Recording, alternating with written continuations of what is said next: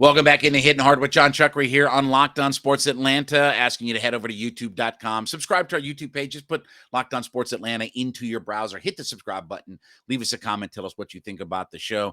And don't forget, we are free and available on all of your favorite podcast platforms, Spotify, Odyssey, all of your platforms. Go over there. Give us a 5-star review. Tell us what you think about the program. We really appreciate your help in growing our community every day. And then I ask you to follow me on my personal Twitter page, at JMCH316. All right, today is June 3rd. Remember what I said yesterday was? Yesterday was sort of the D-Day. This is where things have to change. This is where the battlefield changes for the Braves and the Mets. So let's recap. The Braves last night started a series in Colorado against the low-life Colorado Rockies, which they beat their brains out last night, 13-6, and d'Arnaud had nice to know that the Braves are listening to me after I said it's time to play Contreras and maybe sit d'Arnaud for a little bit to get Contreras' bat in there. d'Arnaud goes out and hits 6 RBIs, hits 2 homers, including a grand slam. You're welcome, Atlanta. This is what I do. If you don't learn one thing about me, is that people listen and guys listen to me and they take it personal. So anyway, we'll take credit for that last night. But the Braves start a 4-game set in Colorado. So we're going to look at a 13-game stretch. 4 in Colorado. Come home and play 2 with the Oakland A's. Then they play 4 with the low-life Pittsburgh Pirates, and then 3 games in Washington against the miserable, dreadful, awful Washington Nationals. Colorado, Oakland, Pittsburgh, Washington. 13 games against the low-life, vagabond, interloping, dreadful, pond water, low-life amoebas of the earth in Major League Baseball, okay? Then, as we described, the Mets last night, who, by the way, got shut out. Oh, so now it's 9.5 games. They have their 4 in Los Angeles, 3 in San Diego, 3 against the California Angels, and I don't care what they're called. Gene Autry called them the California Angels. I call them the California Angels. And then 3 back home with division-leading Milwaukee. So that 13-game stretch at LA, at San Diego, against the Angels on the road, and then 3 back home with Milwaukee. So what should we expect in both of those teams' 13-game stretches? So the Braves will wrap up that 13-game stretch on the 16th of June. The Mets will wrap it up on the 17th of June. Here's what I'm going to tell you, okay? The Braves at worst, should be 10-3. And I'm actually looking for 11-2.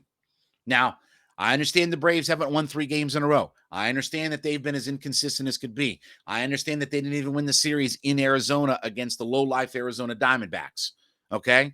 But this has to be the time because much like we describe in sports at times, if not now, when?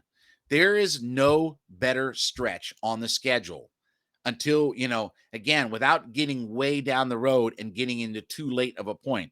With a 10.5 game lead going into last night, there's not a better stretch of games to really start to chip in and make up games in the division, okay?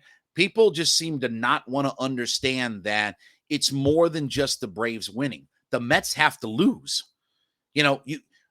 There's an old saying in geometry or math or whatever the hell it is that parallel lines never intersect one another, okay? If I have 2 parallel lines running infinity, nothing is ever going to change.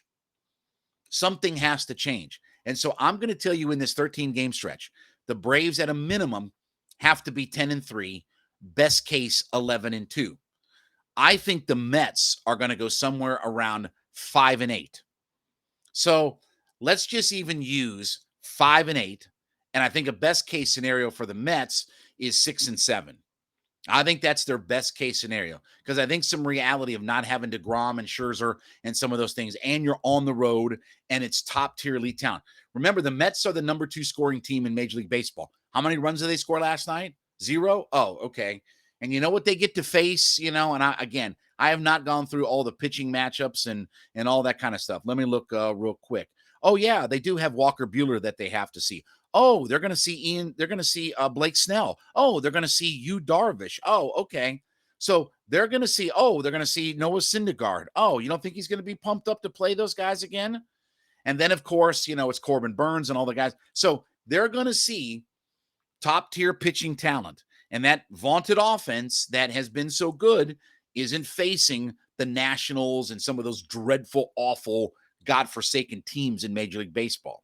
So let's use best case scenario for the Mets, worst case scenario for the Braves. Worst case scenario, 10-3. Best case scenario for the Mets, 6-7. That's a 4-game swing. So if you can find a way to pick up at least 4 games between last night and the 17th. So we're talking about a 2-week stretch, right? That's where we're at, is in a 2-week stretch. Can you pick up 4 games? You better. You better get at least yourself 4 games and make this a manageable division, because if you come out of this stretch of 13 games and you've picked up 1 or none or 2 games is it, you know what happens to the Mets? The Mets go back after Milwaukee to playing Miami. Then they've got some with Houston, but it's Miami. And then it's the low-life Texas Rangers. And then it's the god-awful, dreadful, miserable dreg of the universe, Cincinnati Reds. And then it's the Marlins. Okay. And then when we get to almost middle of July on the 11th, then the Braves finally get their shot at Truist Park against them. But again, they're going to play the friggin' Marlins 4, 7, 11 times to go along with Texas and Cincinnati. They're not going to lose a whole bunch of crap games. You know what else happens as we get to July 11th and all that kind of stuff?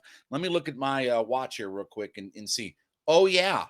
That's going to be about the time that, I don't know, Scherzer, DeGrom, and these guys start to make their way back to the Mets. Are the Mets going to be worse because Scherzer and DeGrom came back? I'm going to seriously doubt that. So that's why I keep putting the emphasis on you have to make up games now. I don't want to hear about, well, I got plenty of time and we're not. I don't want to hear that nonsense. That's not how baseball works. You have to look at baseball in chunks and stretches. You have to isolate little stretches. Over 162 game season, you have to look at spurts and stops and things like that. You have to break it down into 8 or 10 or 12 game stretches of, oh, wow, our schedule really lightens up, their schedule gets really hard, and vice versa. We're going to play some really good teams. They're playing the dregs of the universe. That's how you have to look at it, because that's how you have to get yourself back into it. Okay.